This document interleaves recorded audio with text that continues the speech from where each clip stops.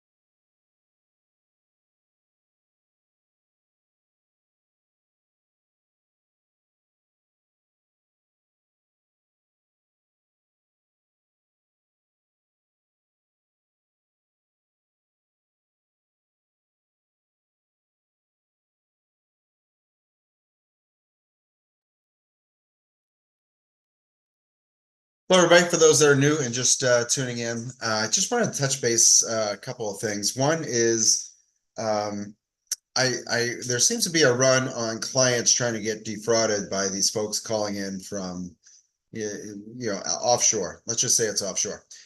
They call up, they say, "Hey, did you this particular lady client of mine got scammed today, or almost." Um, she had somebody call her and say, "Hey, you had a charge in Dubai for a lawnmower or some crazy thing. Did you authorize that charge?" She goes, "Well, no, I didn't authorize that charge." And so what happened was somebody obviously just called her out of the blue, came up with a bogus charge, and he was able to, by the way, he was on the phone with her for 6 hours because I had an appointment with her and she didn't pick up the phone. And I kept texting her saying, "Hey, what's going on?" We had a meeting. So what happened is she finally called me and she goes, "Well, I've been on the phone. I've been scammed. Somebody's got my credit card numbers and all this kind of thing." And I go, "Yeah, whoever just called you is the scammer, not the scammy." She goes, "No, no, no. He just wanted my social security number and my credit card numbers because he was gonna put a freeze on all my accounts." And I said, "Well, I won't say her name." I said, "You need to hang up from this call with me and call immediately your bank." She had given them all her bank account numbers, all of her credit card numbers, social security number, birthday. Her husband had passed away. She had given him the SIM card off the back of I mean, it was crazy. Obviously, this guy was pretty skilled. Kept her on the phone now for 6 hours. So anyhow, if you can avoid getting involved in that, more likely they generally prey on older client or older folks. She happened to be 75 years old, lost her husband, so her husband had taken care of all the finances. I just say this as a quick word of caution. If you have elderly parents, please, please, please. I get calls all the time from clients saying, "Hey, somebody just called me. Um, they want me to transfer money to them." And I'm like, "No, we are not doing that. That is a 100% scam. Getting your daughters or son-in-laws out of jail, all that's a scam. Please do not." It's almost getting to the point where I don't want clients even pick up the phone, except maybe call me. But anyhow, if you know anybody that's elderly that's getting these kind of calls, just make sure that they're aware. These are how scammers get information from you. Banks never call you asking you for this information, so please don't give it or let them know that not to do it. So, all right, we will get started here in a few minutes. I just have a couple more things to get settled up with the slide deck. I'm excited for tonight. Should be a workshop. We've got quite a few people that are registered for the event tonight. And again, I'll talk to you soon. We will get started in about 7 minutes.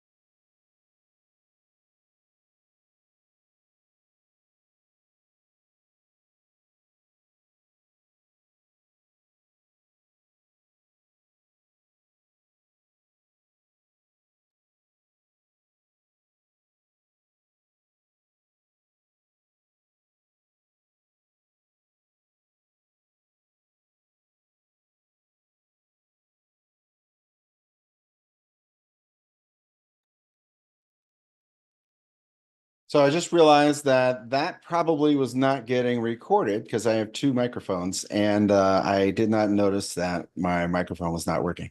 So anyhow, you probably saw a head talking and I was talking, but you probably didn't hear anything. So that has been corrected. If you have any questions, feel free to jump over, click on the Q&A if you're watching us on Zoom. And if you're watching us on YouTube, you can put a comment in the bottom. I have it pulled up here on my phone. Actually, let me go ahead over to that now. And I'll be able to pull the comments up there and be able to answer questions as we go. So let me just quickly jump over to YouTube. We simulcast these and we also record them. So if in the event you have a question, or if you don't want to take notes as we go, you'll get the link to this webinar right after the webinar, or actually tomorrow morning. They do edit these, but you'll get it by tomorrow morning, and you'll be able to replay it as at your leisure. So let me go ahead and pick this.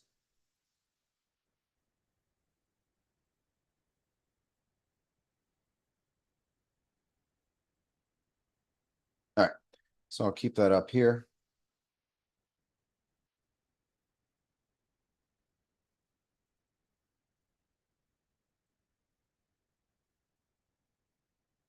All right, so there's a live chat.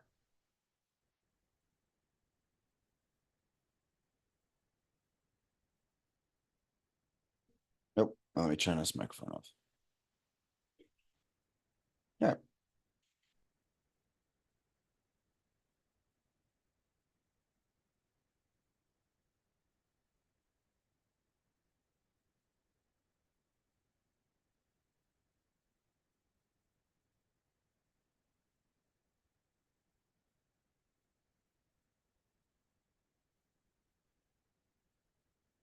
All right. So once again, what I was talking about earlier is I had a client that somebody called and tried to scam. Unfortunately, they got her social security numbers, they got her two main credit card numbers, they got her bank account numbers. So please, if you know anybody that is elderly, they usually prey on people that are 70, 80 years old. They call them up, they say, hey, were you in Dubai today? Did you buy a lawnmower at Lowe's? And from there, that conversation over the course of the next 6 hours, this scammer was able to get everything, every bit of information from my client. So it's important that if you know anybody, like I tell my father, he's 85 years old, do not pick up the phone. Just don't pick it up. There's no reason to pick up the phone. If you don't recognize the call them back. But these scammers are very good at getting one little piece of information and getting all the rest. I mean, they went so far as to get her ex or her husband had passed away, the SIM card numbers off the phone of her deceased husband. So anyhow, just a little word of warning. Those things just really irritate me. I try to help her out as best I could, but obviously she had to close bank accounts and all the rest. So, all right, we'll get started here in just 1 minute. I just want to finish up one slide. And again, if you have any questions, feel free to pop them up in the Q&A. That's where I will come back to answer any questions.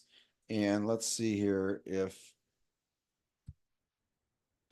in the chat, I went ahead and saved, actually, let me go ahead and type that in here. It's www.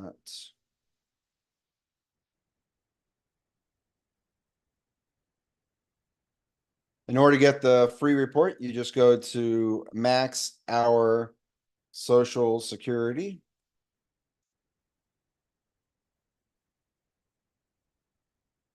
maxhoursocialsecurity.com, and that's where you will get your free report. Okay. All right. I just wanted to put that on YouTube for those that are following along on YouTube and for also the replay. All right. So we had a bunch of new people join while I was talking. We are going to be about 45 minutes, this presentation. I will have a couple minutes at the end. I do talk pretty quick. I take questions at the end. So please, if you do have questions, click on the Q&A button, pop those in there. I don't answer them as they come up, but I will answer them at the end. And that's the easiest way for us to get through the presentation in a timely fashion. All right, so let's go ahead and jump in. First slide here is to show you that if you worked for 35 years or more and you put into the Social Security Administration, you on essence, including interest, have put in anywhere between $1 million and $1.5 million in the Social Security system. So that's a lot of money. What we want to do is we want you to get the most out of Social Security, but most advisors get it wrong. And we're going to at least get you on the right path. All right. A couple of disclosures. One is that I am not an attorney.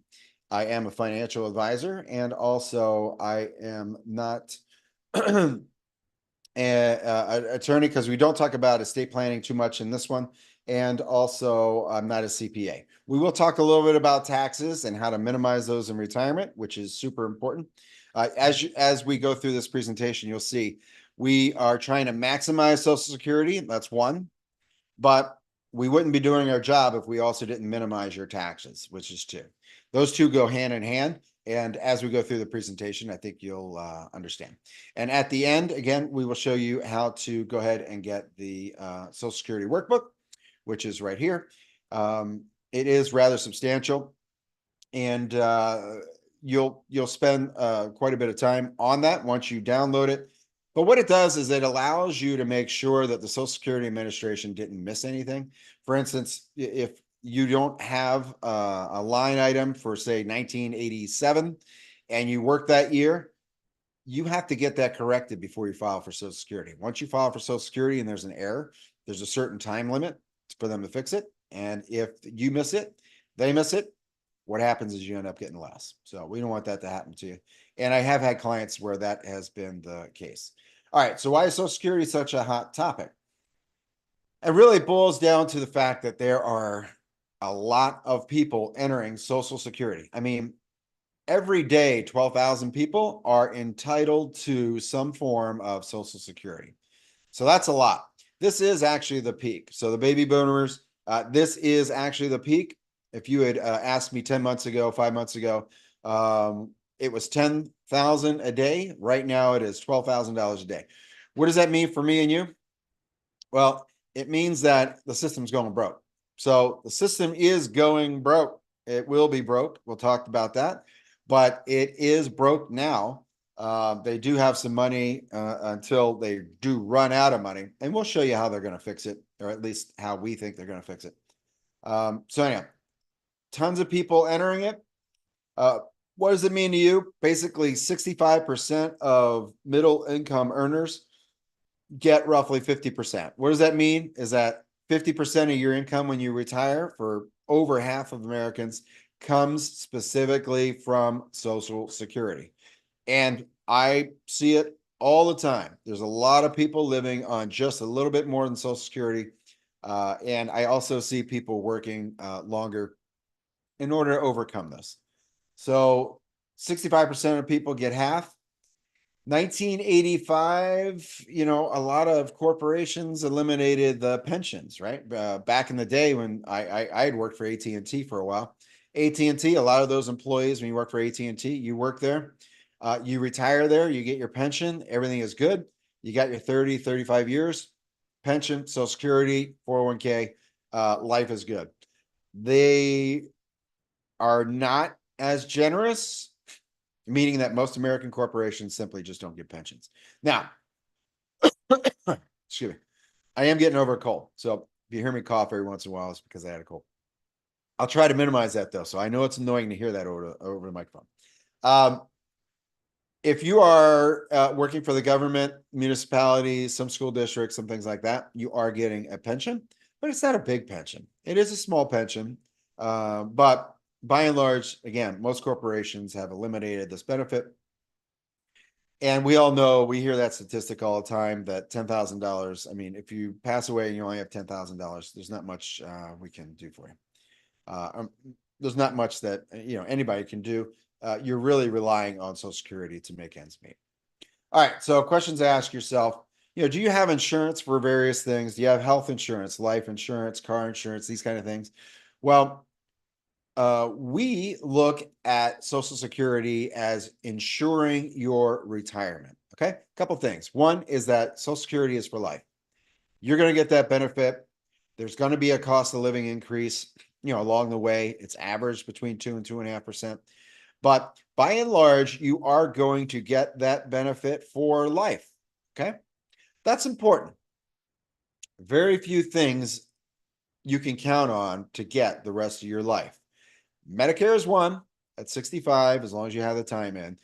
Social Security is the other. We got to make sure we get these right for you, because this is the foundation. This is the very first building block that advisors use. Your advisor as well should have talked to you and said, okay, we need to figure this out. How are we going to maximize this benefit for you? And we start there. Really start there. And the main reason why we spend so much time on this, and and I do appreciate you being on this call, but I'm glad you're on this call as well, because if you're married, you've got a 50-50 chance of one of you living to age 93. If you mess up this benefit and start early, by the way, there are reasons why you do start it early. But if one of you is going to live to age 93, you want to make sure you're maximizing these benefits for you and your loved ones. Remember, there are spousal benefits. So it doesn't not only affect you if you take it early, but you taking it early may negatively impact your family down the road. So we need to make sure that we are dialing this in and getting the most we can. How long are you going to live? I always like putting some fun slides in here, not always talking about Social Security, but here is the oldest living person in the US. And 117 years old. I love the fact that she's 117. Unfortunately, the slide does change on occasion.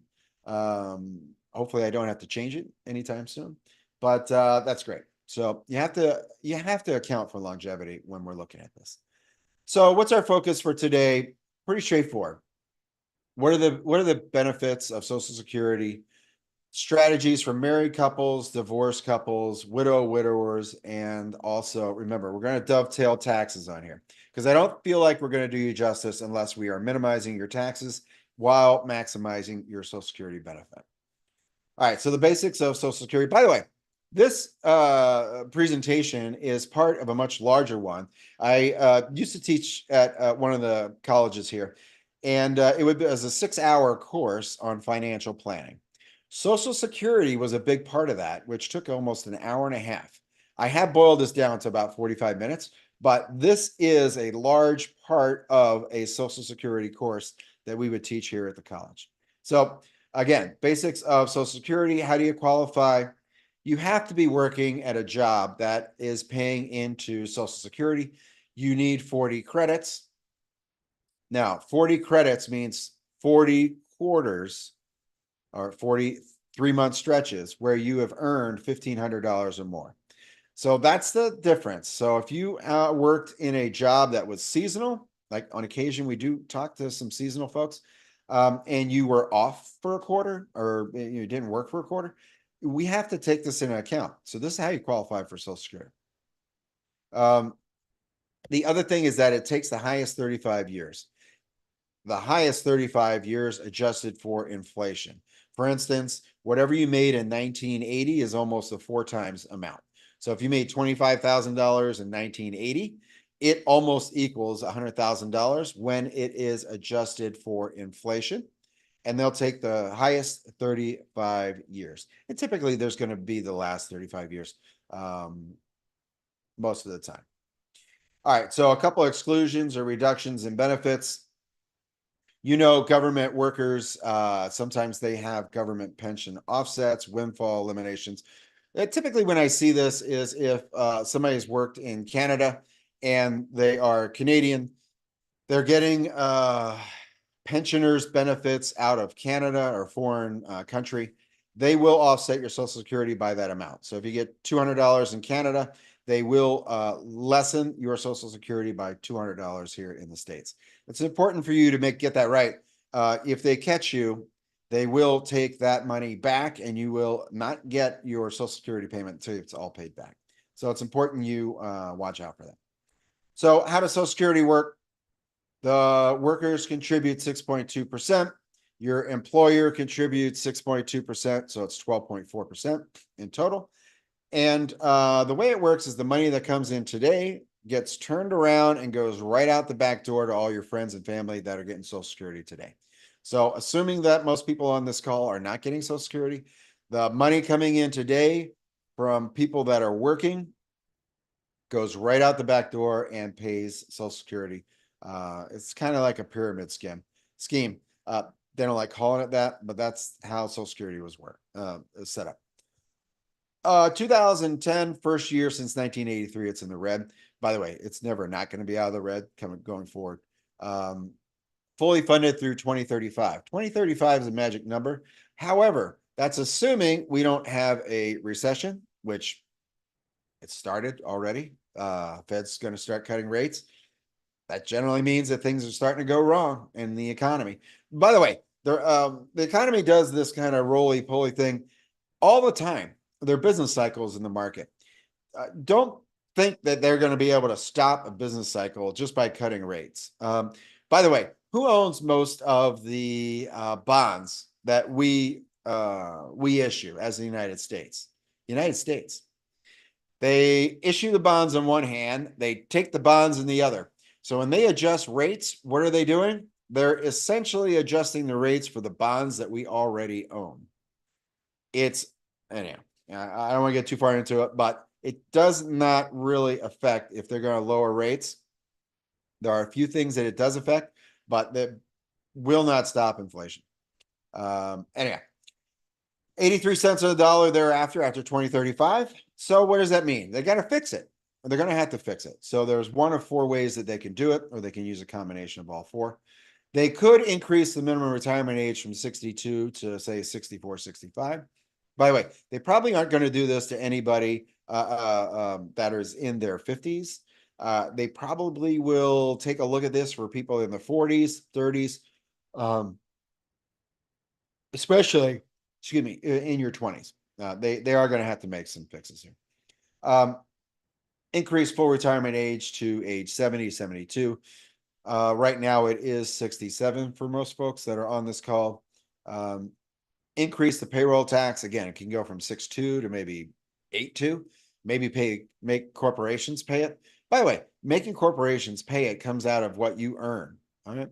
They already have that factored in. So doing that is a backhanded way of taxing the workers. And they could reduce benefits. So they could simply say, you know what, you're getting $1 today, tomorrow you're going to get 90 cents. In 5 years from now, you're going to get 80 cents on the dollar. So that is a very unpopular way to fix Social Security.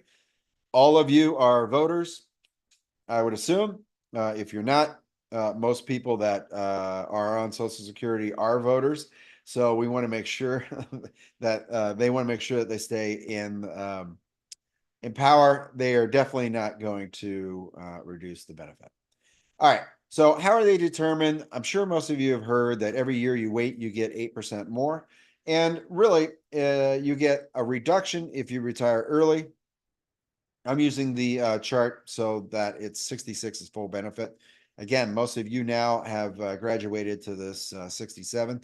But by and large, every year you wait, you get 8% more.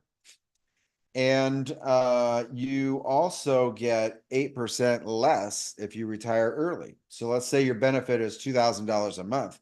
If you go out and you take your benefit at 62, that $2,000 you would get if you're 66 now becomes 1,500 at age 62. So it's important to make sure we look at this.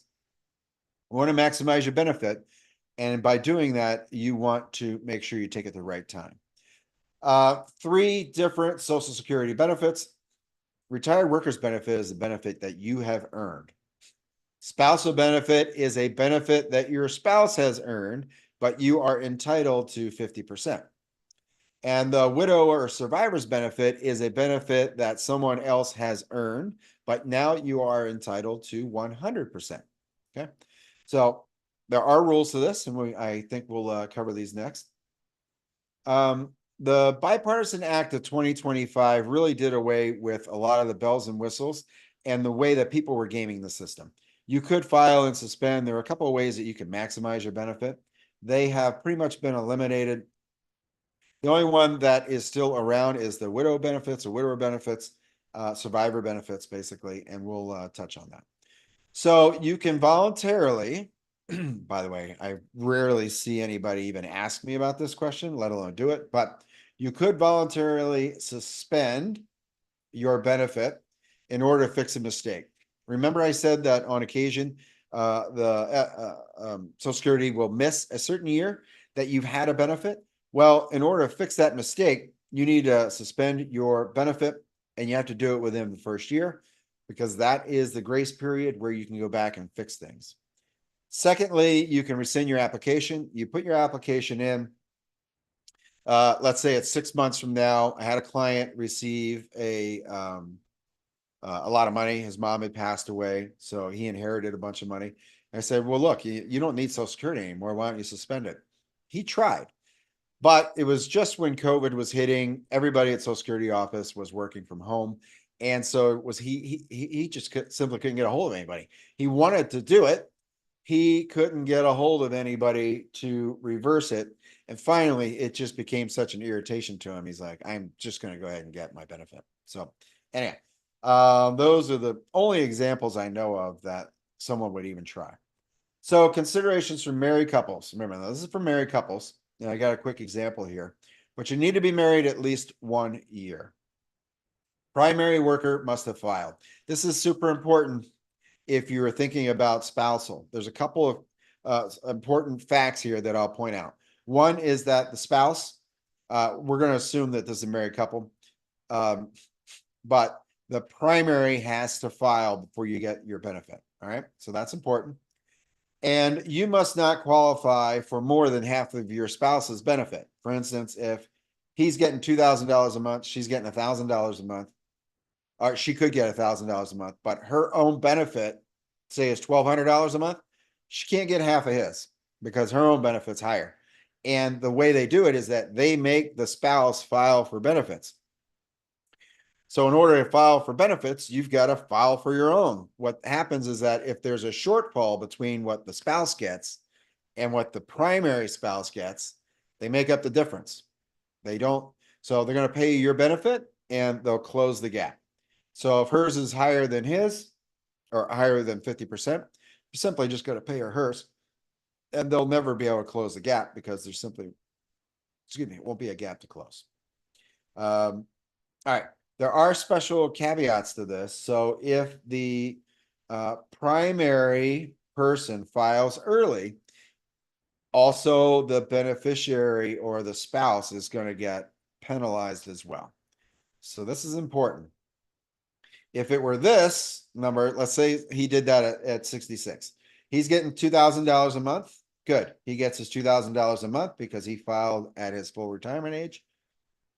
She gets 100% a spousal. So this graph is slightly a little bit off because spousal means that she gets 50%. So he gets $2,000 a month. She gets $1,000 a month. Okay, see how that works? And then if he had filed early, she only gets 70% of the 50%. So again, if you've got questions on this, we give you the opportunity to talk to us and we can work this out for you. All right. So survivor's benefits, it's at the end of the it's at the end of the life of the first spouse. Obviously, it's survivor benefits. And you receive a maximum. Okay. This is the maximum of his or her own benefit, meaning your own benefit, the benefit of the deceased, or 82.5% of the deceased if they filed early. Remember, if a person files early, you're not only hurting yourself by filing early, but you're also decreasing your spouse's benefit as well. Some of the most common mistakes we see this is the higher wage earner files early, which short changes the survivor's benefit. And I illustrated that on that chart. And both delay past full retirement age and no one claims a spousal benefit. Typically, what we see is that we want one of the spouses to file. And then it might be the lower income earner of the two. Again, this is kind of a strategy that we use. And then we want the higher income earner to delay. Yeah, that's typically how this works. And we have charts and all that kind of stuff that will flush that kind of thing out. So if you're divorced, you do get a divorced spousal benefit. You had to be married for 10 years. Now, you might have multiple, right? Occasionally I run into somebody that's been married for 12 years for the first marriage, 12 years for the second marriage, and working on marriage number 3, whatever the case is. You are entitled to file for the maximum benefit. So, depending on which one you file for, you would you can file for either one. That's the point. And you currently cannot be married. So you can't be divorced and then get remarried and then file for a spousal because you're simply married. That basically throws you out of the program. And the same benefit amounts and reductions apply as the previous chart. So if the primary files early, you will get a reduction as well. And you need to be divorced for 2+ years. So that is important because that clock counts. And I have seen this happen where people get divorced and they say, well, I'm just going to get spousal. You cannot get spousal until that 2-year clock runs out, and you have to be divorced. So if you're separated, does not count. Separated means that you're getting spousal benefits. You have to be divorced. If you get divorced and immediately want to get benefits, you cannot, because you have to be divorced for 2 years. Anyhow, I know it's splitting hairs, but this is a gray area that a lot of people miss. I want to make sure we get that covered for you. So kind of a couple of common questions that we hear. Divorce benefits affect the current spouse? No, your spouse is not going to hear or know that you are filing for benefits on their behalf, because they simply don't get notified. Again, they don't get notified by Social Security Administration, so you could file for whoever's benefits you want. So let's move on to widower benefits. Now, you do have to be a survivor, but here's one of the caveats, is that you can be 60 years old to get survivor benefits. Okay, this is important. You have to be unmarried. All right, so you have to, obviously your spouse has got to pass away. You have to be 60 years old and you have to be unmarried. Now you can get remarried after age 60, but you have to be unmarried up until age 60. And you have to have been married for at least 9 months. All right. There are special occasions where, if married couple, say married couple, he's in the military, he gets shipped overseas, dies in action, gets killed in action, they do waive this. So this is 9 months, because they don't want people gaming the system again. But they do have waivers for this. All right, so widowed client example. There's a couple of different options, right? So again, we're always thinking maximize your benefit. So her husband was 64. At full retirement age, his benefit would be $2,150. She was 5 years younger, so she's 59 when John passed. She remained unmarried. Remember, that's one of the caveats to getting this benefit. And her estimated benefit on her own earnings is 62 at 1,197. So let's say this client came to me and said, you know what, Terry, this is my situation. What should I do? So, well, your first strategy here is to just file for widow benefits, which would age 60. All right. So I'm going to point a couple things out as we go through this. One is that you get your benefit at age 60. You get $1,537 a month, and your benefit will stay $1,537 until you reach age 85, which we're going to assume she's going to live to age 85. All right, so your total benefit is $461,000. Or strategy number 2, we could file for only her retirement benefit, which again was $1,197. You see, we have to do this at age 62, so you have to work 2 more years. Excuse me, you have to wait to get your benefit for 2 years. But at age 67, we can file for the widow benefits, which was $2,150. So that now increased her benefit total to from 461 to 538. It's about $70,000 more. And strategy number 3, which if you're going to maximize your benefit, is the best one, and file for benefit again at age 60. You're going to get 1,537. So you're getting widow benefits. And then she switches to her own retirement benefit at age 70, which would be 2,108. So again, you take those numbers and it equals 563,000. So this is obviously the best strategy, but you wouldn't know how to do this unless you knew how these strategies come into play. And you really need to talk to somebody. Social Security Administration is not there to give you advice. And I will say that they are very strict about this policy. They are not there to give you advice. You have to find somebody that knows about Social Security in order to figure out these terms, these registration, how to maximize your benefit, when to take your benefit. If they made a mistake, they would be liable. They are not going to be liable for letting you or giving you bad information. So they just restrict their guys from telling you. All right. So can you work and still collect? Yes, you can. Here's the issue. They claw back money if you make more than $22,000 a year. I had a client I told her about this, but she said, well, my neighbor told me, by the way, she retired. She started taking her benefit at 63, I believe. Her full retirement age was 67. So she started taking her benefit early. She still is getting income because she's working a job. She's making about 40 some $1,000s a year. And I said, well, why did you do that? She's like, well, I'm still going to get my, for her, it was $20,000 in Social Security. I go, no, you're not. I tried to explain this to her. I said, for every $1 over $2, which you're making 40 some thousand, by the way, the limit was around 20 when she was doing this. You essentially are giving back the IRS $20,000. You're only getting $20,000. What they're going to do is that you're going to sign up for this benefit. You're going to lock yourself in a lower benefit, which she did. I said, and now you're not going to get anything. So initially, when she did it, because they didn't catch, initially they just start paying you your benefit.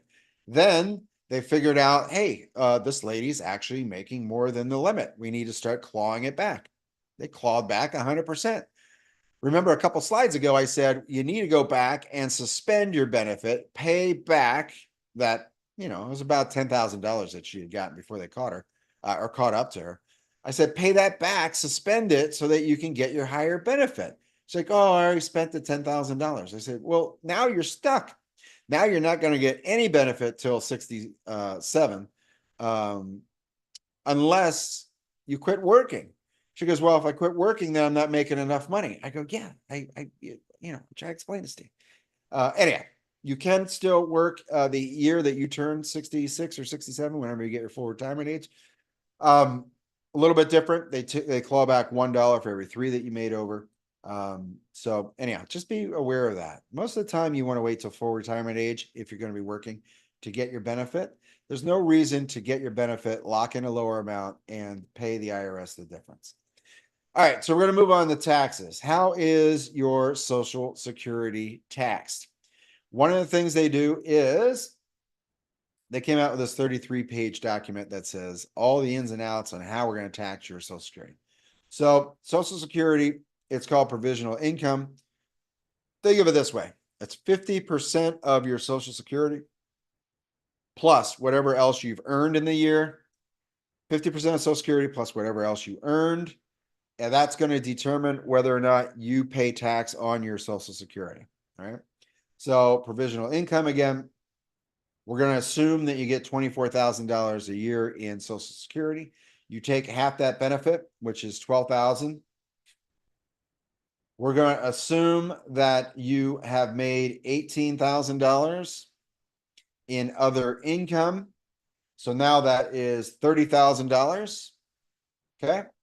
$30,000. I'm going to come back to that little bottom part there. $30,000. If you are single, 50% of your Social Security is going to be taxed because $30,000 falls right in this line. If you are married, $30,000 falls beneath that 50% line, which means your Social Security is not taxed. All right. So let me back up here. There's an important distinction here that I think most people miss because I think we need to explain.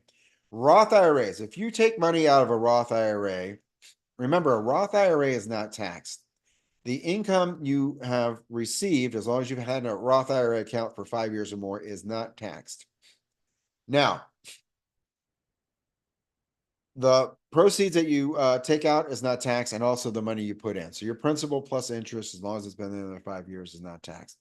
That does not affect your Social Security.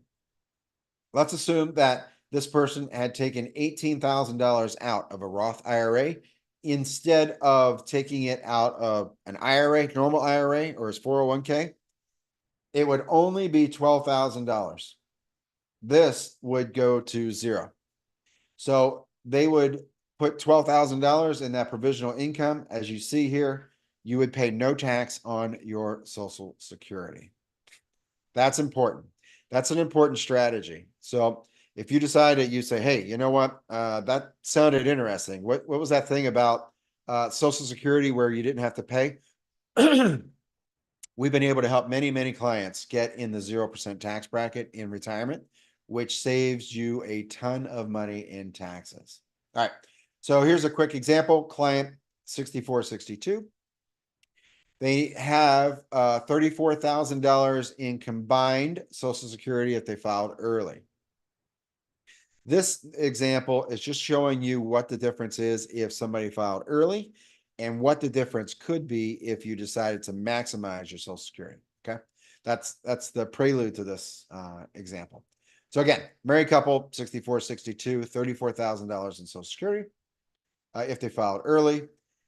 Now they have $750,000 in IRAs, 401k assets. It's important to know that that money has not been taxed yet. Okay. That has not been taxed. They are assuming they're going to get 6% annualized returns, which is good. And 3% inflation. Remember, the cost of living is going to increase 3%. And typically that's pretty much on target. They need $70,000 per year, and it needs to go up by 3% per year because of inflation. And that's after tax income. So not only do they need to take $70,000 a year, but they need to take a little more to pay taxes. All right. So what does that look like? Oh, and by the way, they're going to live to age 86 and 89. All right. So let's put that in the computer. Let's see what that looks like.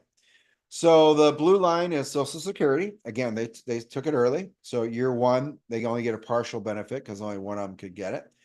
Year two, but by year four, they're getting full benefit, early benefit, but they are getting full amount. The orange line represents money that they've taken out of their 401k. The orange line above the red line shows taxes. Remember, you got to pay Uncle Sam. Uncle Sam always wants his pound of flesh. So that is the tax line. And the red line illustrates $70,000 plus 3% every year cost of living increase. Yeah. Now you'll notice something here. Year 23, it looks a little weird because year 24, I don't see any money coming out of their 401k plans. What does that mean? Well, that means you ran out of money. You've been coming along here. It's year 23, and you have simply run out of money. So that's not good. We want to make sure that that doesn't happen to you. All right. Now, let's maximize their Social Security, which means that you are taking more money. Remember, the orange lines are 401k withdrawals. So you're taking more money out earlier. And the blue line again represents the Social Security amount. And the anything above that represents taxes. So you see, the other one ran out of money year 23, 24, remember? So now you see that this couple doesn't run out of money. One of them passes away 34 years into retirement. But they don't run out of money until year 34. So what does that mean? Well, a couple things. First off, it shows that if you took your Social Security early, you ran out of money. And if you took it later, you optimized, right? That's the blue line. You did pay a little bit more taxes up front, but you got all these years of income where on the other example, you simply ran out of money. So what does that mean? You have $186,000 of additional Social Security, which is important. That's again, we're trying to maximize this number. 14 years of additional portfolio longevity, meaning your money lasted you 14 years longer. You've paid $35,000 less in taxes, even though you took 14 more years of money out of your investment accounts. So let's see. You made an additional 186,000. You got 14 more years out of your pension benefits, and you paid $35,000 less, all because instead of taking Social Security early, you decided to maximize your payout. All right. Now, a couple things about your statement. There is no cost of living increase applied to it, which typically is about 2.5%. It assumes you're going to work until age 50 or 62, full retirement age, or age 70. So it underestimates. So let's say you're 62 years old, you decide to retire, but you're gonna start it at 67. It assumes you're gonna work till age 67. So it underrepresents the amount you're gonna get paid. So it's important to know that and put it in some sort of analysis software that'll do that for you. And it's for your record only. There's no coordination of benefits between you and your spouse. So again, Social Security won't help you with that. You have to find somebody that will. Again, the no advice. So here's another example of how we help people save taxes on Social Security, and that's doing Roth conversions. Now, if you've got a money in IRAs, 401ks, and this works for anyone with $250,000 or more in IRAs, 401k plans, SEPs, you name it, anything that's tax deferred. If you have $250,000 or more, this is 100% going to help you. And that's if you do Roth conversions. All right. So we're going to do a quick example. Married couple, both were government workers. They didn't need investment income, their pensions and Social Security had covered them. And they had $1.3 million. Now, this is an example of pretty much standard client that we see. First off, let's look at taxes without strategies. So as you get older, you see here in 2046, 2048, their taxes go through the roof. You might be scratching your head saying, geez, that can't be right. I mean, what's that all about? What that is it's requirement minimum distributions for both of them, both the married couple. So they are required to, and you are too, if you have money in tax deferred accounts, it's 73. The number changes. They've actually upped it. Used to be a lot lower. But you look here. I mean, they're paying $300,000 in taxes, $400,000 in taxes, $500,000 in taxes. Why? The why is that they simply aren't taking any money out and doing Roth conversions. So this is their tax strategy without doing any sort of tax planning. This is their strategy doing tax planning. Again, this is for a client with $1.3 million. This works for every client with $250,000 or more. So what you're doing as you are increasing, so the gray line here is the amount you would have in taxes if you did nothing. Again, remember, those bars were up here $500,000 if you did nothing. If we do Roth conversions, and for this client, we were doing Roth conversions for the first 5-10 years. We have a couple alternatives to this, but suffice it to say that they are looking at just doing Roth conversions. So they are going to pay more in taxes on these first 5-6 years. But now look at it, these green bars, they are saving this amount in taxes every year going forward. So it was up here, but because we were doing some tax planning, it's now reduced it to where they were paying $500,000 to now they're paying about $120,000. Say, well, that's all fine and good, but I mean, what's the net of it? I mean, are they saving any money? So the evaluation is this.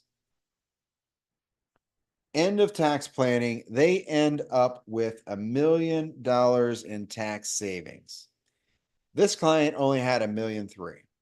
Over their lifetime, they will end up saving $1 million by doing Roth conversions. That is, if taxes don't go up, because if taxes go up, this now becomes more. And we all know that the way the politicians are spending like drunken sailors, the chances of taxes getting reduced in our lifetime is 0. So if you think they're going to reduce taxes, then I would suggest wait. If you think that taxes are going up or taxes are going to remain the same, this is if taxes remain the same. This client's going to save $1 million. All right. So workbook analysis, how do you get that? We're going to talk a little bit about that. So this is what you get if you sign up for the workbook, including the the workshop, and we are going to personalize a Social Security analysis for you. I've showed you some of the slides for that. Best date to start your Social Security and why. We're also going to coordinate some benefits with you. So you get your individualized Social Security analysis from us. And it's also going to show you what the optimized strategy is going to be as far as charts go, because essentially, if you are married, we want to make sure that we are doing that. If you're divorced or widowed, we want to make sure we take those benefits into account. And not only is it going to give us the best strategy for you, but it also is going to give us a break even. So if you had started your strategy early at age 62, or you waited until 66, or you started at age 70, it's going to give us your break even. And for this client, it's about 75. I'm 77 and 6 months. So that's kind of your break even. If you live more than that, live longer than that, it's better for you to wait. If something happens to you, it would have been better off to start Social Security sooner. But again, what we're trying to do here is minimize your tax and maximize your benefit. All right, so you're going to get your personalized Social Security analysis. You're also going to get all these charts. That's, by the way, it's a 30-page workbook that you're going to get from us showing what works best and who should start their benefit and why if you're married. So that's huge. We always want to know which of the married two we're going to file for first, so we are able to get you the most. So we're going to show you how to increase your Social Security. Typically, it's $50,000 to $60,000. If we're able to do that, wouldn't it be worth it to get a printout that says, "Hey, you might be able to save $50,000, $60,000 by just following this guideline." One of you takes it early, one of you waits to age 67. Wouldn't it be worth it to know how you could make an additional $50,000 to $60,000? So if all we did was help you save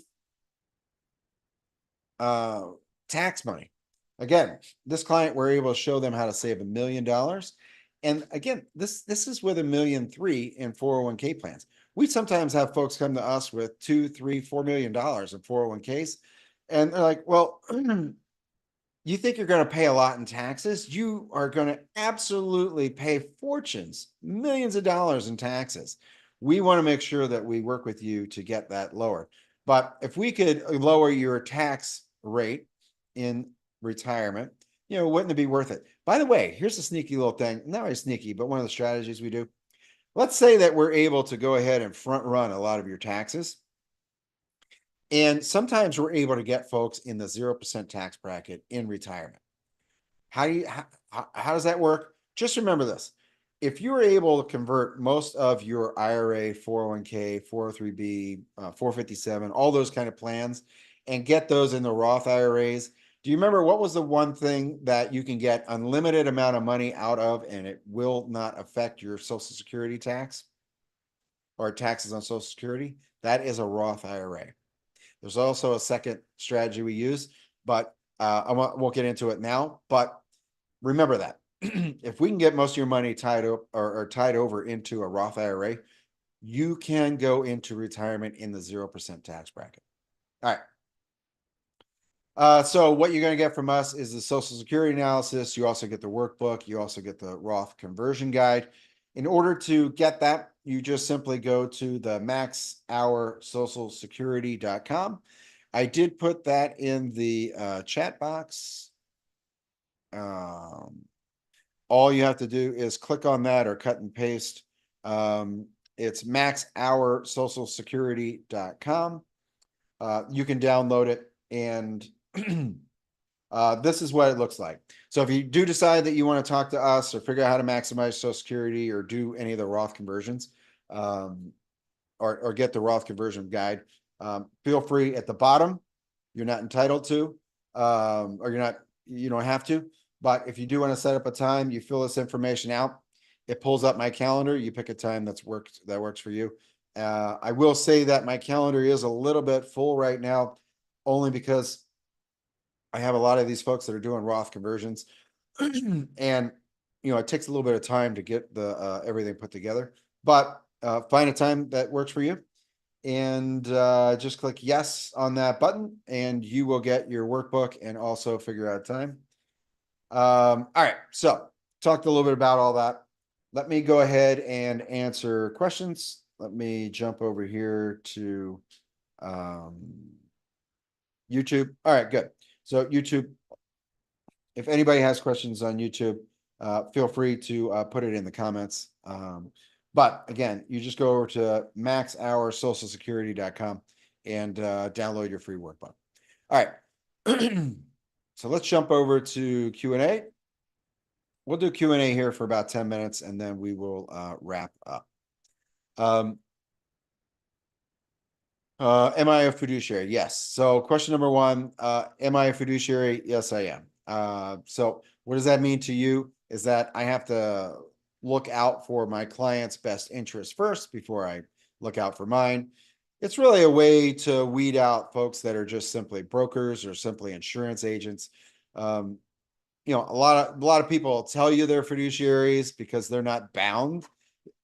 What's interesting is that only fiduciaries are bound to tell you they're a fiduciary. Everybody else can tell you they're a fiduciary, and it doesn't stick. You have to be securities license 66, 65 in order to be a fiduciary. But yes, I am a fiduciary. Yes, you're welcome. I appreciate you thanking me for this. This is again a cornerstone of retirement planning. So if your advisor hasn't sat down with you, make them sit down with you and put this plan together. You need to know. I mean, it's important. I just saw a question pop up about the markets, so I will address that here in a second. It's important to get this foundational piece done because this, again, you are going to have for the rest of your life. Your investments, if something goes wrong and you get sick, you might have to take all your investments out. You may get can't. I mean, there's all kinds of reasons why clients have come to me for money. One thing I will suggest this is if your kids come to you and ask you for money, it is not a loan. Make sure you can afford to give them the money. A, two, do not assume you're going to get it back because that just simply is bad blood. And in the event you end up giving one of your kids a lump sum, for instance, I had a client give her daughter roughly $500,000. You need to make sure you annotate that in the will and or the estate because had it not been for me, they would not have added that to the will. I'm sure one of the people that got the inheritance was mad at me, but you need to make sure that's annotated. I mean, she was worth about $2 million. So she gave one of the kids $500,000 to buy a house. So the will said that everything left over was supposed to be divided in half. Well, you give somebody $500,000, now it's lopsided. The other thing I will say for estate planning things is if you go to live with one of your children, they are going to feel entitled to more of your estate. Make sure you annotate or allocate in your living trust or your will or whatever documents you have for if you pass away. Make sure that you put in there that they are either going to get more or let both people know that X number of dollars and they should get slightly more just to take care of you. That incents them to make sure that you're being taken care of well, but that also lets the other person know that because they aren't taking care of you, they are going to be getting less out of the estate. And it's only fair. And trust me, it happens all the time. And I have to fight with people all the time, but it needs to go into your estate. All right. So, state of the market. I just did a presentation. By the way, this is my second presentation for today. I just did a presentation for school teachers. I work a lot with school teachers in the state of Florida. And so, they're not working with money all the time. It's not that they are illiterate with money. It's just that they're school teachers and they pride themselves on teaching children, which is an admirable thing. But there is a lot of things happening in the market right now where I feel that things could spiral out of control. So if you are close to retirement, I suggest you take a very good look at how you're invested, especially the stocks. We could roll over on a dime and have potentially another 2008. And for most of you, you've been around long enough to know 2008 did not feel good. It didn't look good. A couple things that are happening. One is that we got the election coming up, and there's all kinds of weird things happening, all kinds of weird lawsuits. Neither party is going to accept whoever's going to win the election. Neither party. It's just not going to be. It's going to be horrible. Two is that we got all these different we got people wanting to go to war all over the place. Just today, I think it's Norwegian. I don't know. One of them decided that the missiles that they've been getting from the United States, long range missiles that they have given to Ukraine. So, by the way, it's our missiles. We sell them to somewhere in Nordic country. Have given those now to Ukraine, and they have given the green light for Ukraine to use them into Moscow. The Russians are not going to sit well with that. Okay. That could start World War III, in my opinion, on a dime. You've got all these other things. You've got you've got people that are pro-war talking about we should authorize them to start using our missiles for long-range missiles into Russia. We should be letting Ukraine fire missiles, long-range missiles in Moscow. That is not good. That will not be good. So if you are exposed and you take a look at it, again, I can't give you personal advice because I haven't talked to you, but please look in the mirror, look at that, and get a software tool that says, hey, look, if the market goes down 30%, how much would you lose? Well, if you want, we can do that for you. But if that number turns your stomach, make sure you take some of the risk out of your portfolio. Short term, get through, let them declare that everything is good in Ukraine, and then maybe jump back into the market. My opinion, I'm advising myself and my clients to kind of take this advice. There's nothing good coming out of that. All right. So I do appreciate you sticking around to the end. I know I covered a couple of questions. I don't see any more questions popped up, so I would assume nobody has any. I do appreciate you. Again, if you want to set up a time to get your free workbook, all you do is fill that out. If you do want to set up a time to talk to us and get some of the other extra reports and some of the free stuff, let us know, and we will run those illustrations and also the reports for you. All right. So thank you again for being here, and we look forward to you or seeing you on the next call.